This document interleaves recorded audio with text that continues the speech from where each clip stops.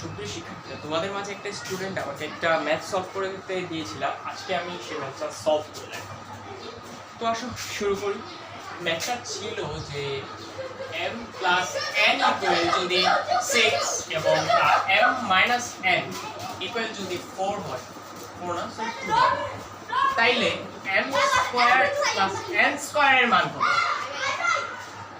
n square plus n স্কয়ারের মানটা কত? আমাদের দুইটা দেয়া আছে। এটা a square plus b square ফরম্যাটে হয়, ওই যে সূত্র যেটা আছে। তো ওইটাকে বিভিন্নভাবে সলভ করা যায়। তো এটা a square plus b square তিনটেই আছে। এর মাঝে সবচেয়ে কম যেটা আর কি ব্যবহৃত হয় এটা হচ্ছে সেটা দিয়ে সলভ করা। তো আসো শুরু করি আমরা। ফার্স্টে লিখবো, দেওয়া আছে এটা। তারপর আমরা লিখবো যে কি আমরা জানি কি যে আমরা জানি m square plus n square equal, সূত্রটা কি লিখবো, m plus n whole square plus m minus n whole square by 2।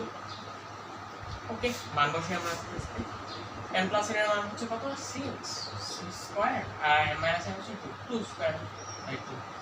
আচ্ছা, 6 square equal 36 plus 2 square equal 4, আর নিচে হচ্ছে 2। 36 প্লাস 4 হচ্ছে 40, আর নিচে হচ্ছে 2। 2 দিয়ে 40 কে কাটলে থাকে 20। তো ওভারঅল आंसर হচ্ছে 20। তো आंसर হচ্ছে 20। আশা করি ম্যাথটা যে দিছিলা বুঝতে পারছো।